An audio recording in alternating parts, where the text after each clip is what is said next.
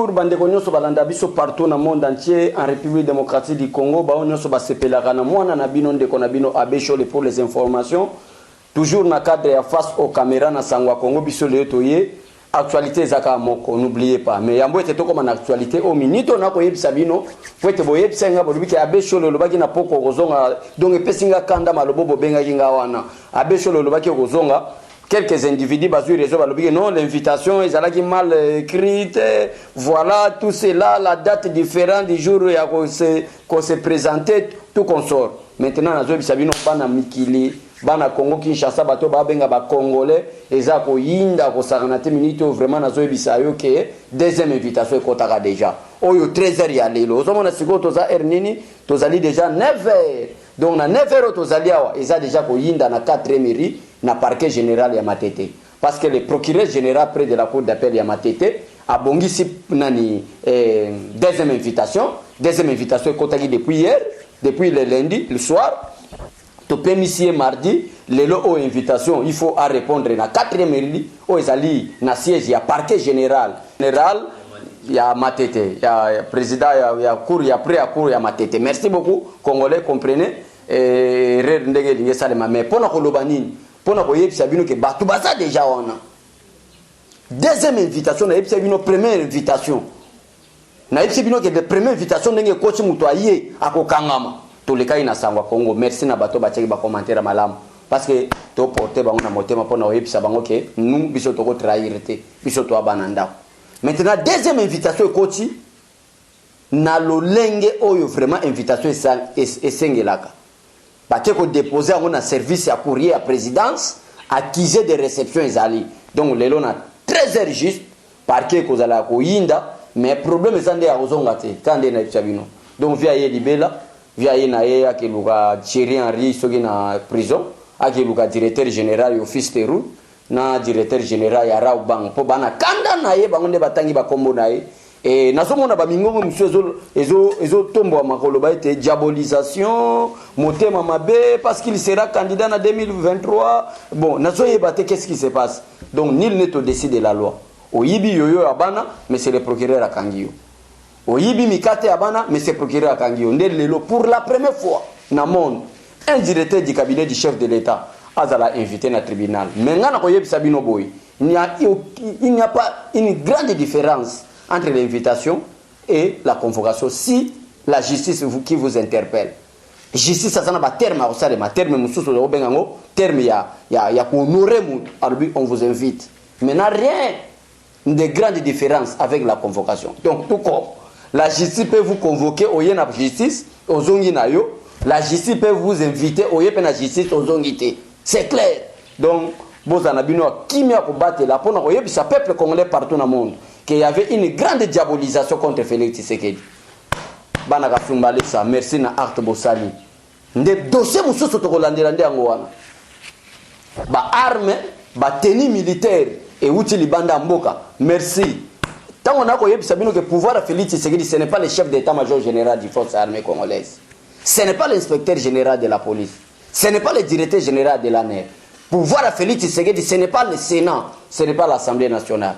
Pouvoir ce n'est pas le gouvernement, mais c'est le peuple congolais. Kafumba Bateni, nani a financé Toyebite. Nani a sombi Bateni et Toyebite. Et Uchi wapi Toyebite. Destination est okende wapi Toyebite. Bravo, Banaka Sumbalesa. Merci pour comprendre à solo que non, kotika makambo berere salema. Mboka na biso okende liboso te tokozonga sima. Bravo na batu nyonso ya Kasumbalesa. Na sepeli mingi nenge bo bloquer Bateni wana mais tokosenga. Le quoi les actes militaires, tu connais à peine monsieur l'auditeur des garnisons ou monsieur l'auditeur des général, vraiment bon ça la mise sur dossier. Oyo ya bateni bazuna kasumbalesa. Boyeba e wuti wapi nani asombi yango destination nango ezalaki kokende wapi parce que peuple congolais a découvert yango na frontière. Voilà ta la place tozako lo bakeno diabolisation ezalaki contre Félix Tshisekedi. Diabolisation ezalaki que coûte Félix Tshisekedi a échoué pour en 2023 Moutoussongo le paralazo mais gloire à Dieu ndenge Fatia prometaki biso alobi que il va prêcher par l'exemple est bandinde na kati ya présidence na directeur ya cabinet naye soki akozala que azayi non ça justice ko libérer mais na expertise au procureur azanango peuple congolais lelo na ko luka vraiment Gédéon na ko luka bande ko nyonso ya sango ya Congo dès que nazoka kake procureur lobibo zonga na ndako vie akozonga te to ko ya poto confirmer bino to lobaki non makamango to lobaki eza solo parce que le procureur de la République ne peut pas inviter un directeur du cabinet du chef de l'État sans avoir des preuves. Donc deuxième invitation, mais quelle est maintenant des conséquences graves au moment où plutôt Vital Kamerhe se répondait à la deuxième invitation. Quelles sont les conséquences? Selon procédure normale, première invitation est rayée. Peuple congolais n'a pas eu la première invitation via Zokende Makala. Bamususu ba pressa kibiso, bamususu ba fingi biso balobi ki abechole, akosi biso, c'est la démocratie, ba ne tient Tshisekedi to mesana nango. Maintenant deuxième invitation de lelo mercredi. Et il est déjà via Zoya 13h. 13h à l'élo, via Zoya. Ceux qui sont libres, aza innocent, approuvé innocence nae, ba libéré. Mais ceux qui sont innocents, mais n'engue na yebil procureur na yeb sabino. Et ça difficile caméra zonga. Parce que mutu aza DG ara banka na kanda na yende baza ko sa l'opération ya koyiba mbongo. Mutu aza directeur général Africa sana méchant. Atika bana ne pendant le loto kende 1 mois. Makale zonyonga yende konyonga. Alors balobi pourquoi to ko facer or que otera makambo yende batangi comme ngaite bato bana prison. Ndena yamana epsibino maintenant conséquences graves cher congolais bolanda biso. Dès que Kamerhe ne répond pas aujourd'hui, ba omemela e mandat d'amener. Mandat d'amener a comme objectif place nyonso boko kutana moto ata ko sokola na kinkoso ata ko tambola na balabala na couper toka ye yakanaye. Donc ekozala soni ce qui lelo Vital Kamerhe s'est présenté na deuxième invitation parce que comme l'un mandat d'amener yoka yo monde balu belango na français mandat d'amener. Donc place nyonso bakozwa ba ko amener ndeyo. Alors ekozala malamu ndenka balbake la loi est dire mais reste la loi. Et biso na IDPS to lobake ni neto décider la loi. Vous bafouez la constitution de la République, vous volez les yoyo ya bana, alors c'est maintenant pas les services de l'IDPS, pas makamba IDPS mais c'est la justice ndé à répondre bino. Ndé lengulo oyo, ndé lelo oyo biso to boy to la telabino suba costume to bike to kendeka na modèle boy pour le longa moko na zozala na parquet. Nazaona nata la procureur pour soutenir procureur na intimidation azalaki kozwa commeégate moi je suis comme ça je vais te faire ceci non procureur vous avez la confiance du peuple congolais ba leader bato congolais ba yoke la biso yo ba congolais nde ba yoke la kabiso wana ezana ngote kokosa ba congolais ba yoke la kane biso nde ngwana fois passer na ebisa binoti Félix Tshisekedi ke lozala contre moto même ngana likena leadership ndeni pona na leadership ba oleka siko Félix Tshisekedi mutabonga ke lozala contre ndeni voilà. Merci beaucoup na bande konyoso à Sangwa Congo. Je crois que on a ça va quand même non. Merci na bande konyoso donc ya Sangwa Congo. Ndenge baso sunga biso à chaque fois tous les canaux émission pour être peuple congolais azala informé, azala performer. Ndé objectif na biso na Sangwa Congo ndé ezali oboye ba informer, bozwa information. Mais pona lelo oyo ndé zande o pesimbo mbo boyi. Mbo ngana yebisa bino ke mbo andimaka plutôt. Mbo soko pesa boya ata andimaka. Andimaka mais lelo mbo akoboya abina lia pétrole lelo na boyi nde lelo nde peuple congolais bozala makasi na information na ligne na Sangwa Congo pona kozala toujours informé nde après ben mission oyo na éviter ce to ça l'émission to débattre l'ordonnance qui a été signée par le président de la République hier pour que peuple nyonso azala informé mais dossier ya munene ezalika ke Vital Kamerhe lelo deuxième invitation azo répondre lelo ce qui est des possibilités. Première possibilité, Aya approuver une innocence naïe. Mais cause la difficile à prouver une innocence parce que 3 témoins balobi déjà pour naïe. Merci mon vieux Franck Diongo. Tala ba vient biso Franck Diongo. Ba comprendre ma solo. Na évité ce bolandi point de presse ça vient biso Franck Diongo. Alors ça sera impossible. Ce n'est pas moi, c'est mon vieux Franck Diongo. Oh bazaki na Vital Kamerhe na kati ya dynamique de l'opposition na ba Martin Fayou. Mais à comprendre alors que non ba acte oyo Vital Kamerhe asali et ça pratiquement impossible. Ça ce ne sont pas mes propos, c'est mon vieux Franck Diongo. Ça sera pratiquement impossible pour te libérer Vital Kamerhe. Donc et ça nango azamona mobali papa ozamona mobali si pour te biso nso tokenda be changer tokenda ba aner moi tozali une opposition tala lelo to bimito lobaka. Donc via mona mobali yango wana Mike Mukeba yazalaki lelo yeyo pe abima na ye. Donc pona koyebisa bino ni pona koyebisa bino ke lelo c'est le procureur qui invite. Procureur ne m'a invité, vient à Vital Kamerhe, n'a pas se présenter.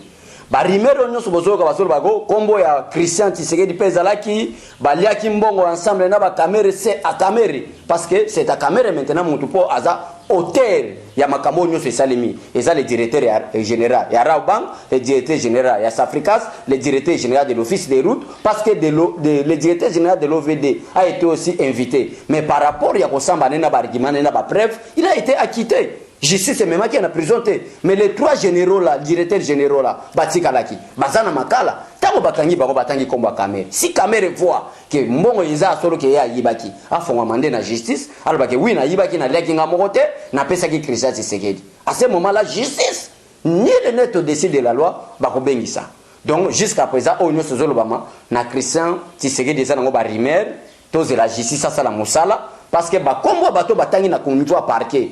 Et ça, comme on est à Vital Kamerhe. Nani Atangi, c'est le directeur général Safricas. C'est le directeur général de l'office des routes. Le directeur général de Raubang. Si et seulement si, que Batanga peut combo à Christian, le procureur allait convoquer Christian. Donc, dossier à suivre, Ezako Yinda, ni net au-dessus de la loi. Si vous avez gratté ma bogoboye, pour nous déjà sur la boloko, sur la prison pour n'abattre belé, état de droit. Bobo sanate, nous avons de la ingénieur Nabiso Lelo, nous avons balancé l'image du président Félix Tshisekedi dans top Congo. Place à l'Ubert, que moi je vais prêcher par l'exemple. Yo moi na classe nangato tanga kinayo to kola kinayo o yibimbongo bakangi et par rapport à l'IDPS pour batebele ba IDPS c'était na IDPS to bababo et la personne qui a tué et celle qui a volé. C'est lui qui doit être emprisonné, ça sera c'est lui qui a volé l'argent. Donc IDPS biso tozo teleme la muyibi vol parce que muto abomi mutomboko. Mais muto ayibi, imaginez-vous 15 millions. Imaginez-vous 45 millions programme à 100 jours. Il y a une ça combien de Congolais. Imaginez-vous ceux qui sont des motos ici là. Mais les embouteillages ici là pour voler koti et bomi moral ya batu ba inisi batu Félix Tshisekedi na mitema batu. Ndena yango monitor ba ki totemela yango. Donc mutu nyosa kozala cité o naza mwana IDPS naza mwana Tshisekedi naza mwana boy dès que vous êtes cité procureur akobengi so kendo kosamba kosamba na yo ndoko prouver l'innocence na yo ou soit osami mabe uyiba ki asolo bakangi yo état de réseau ezala kana ba mine moi j'ai confiance à mon président na tango abimi na discours sur l'état de la nation alobi boy l'année 2020 sera une année d'action. Je vais promettre au peuple congolais que la justice sera équitable. En d'autres termes, le président Félix Tshisekedi explique que non, il n'y aura pas une justice des pauvres et une justice des riches. Donc tout le monde, tous nous sommes égaux devant la justice.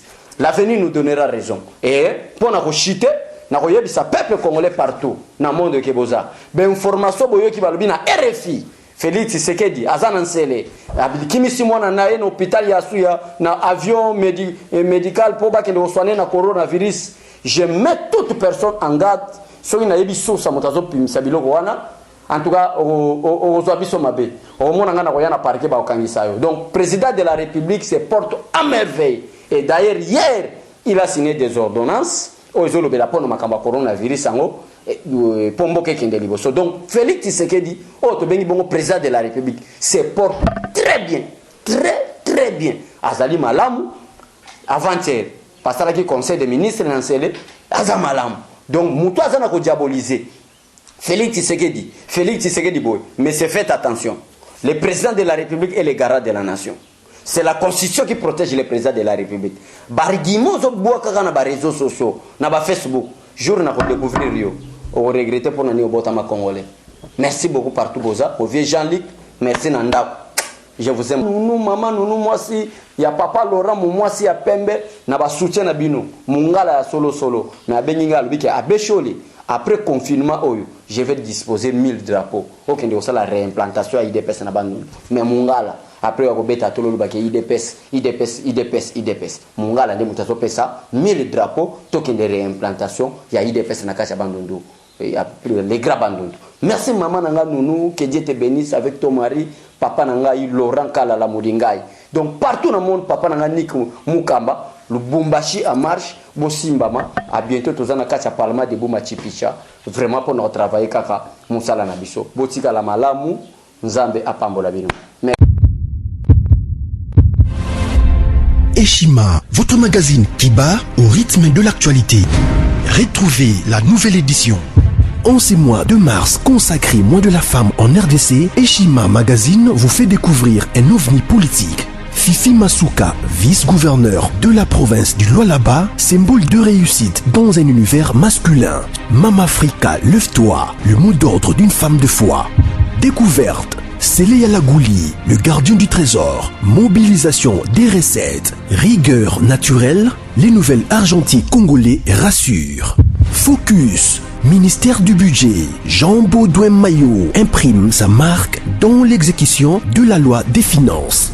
Patient Saïba Tamboué, Logefrem contribue à la matérialisation de l'émergence de la RDC. Dossier Eshima, nomination des hauts magistrats, lueur d'espoir. Nation, interview de Christian Matata. Augustin Kibassa annonce un projet intégrateur pour booster les secteurs du numérique en RDC. Bourse d'études, amélioration des conditions et complicité avec les étudiants, Thomas Luaka Losenjola convainc.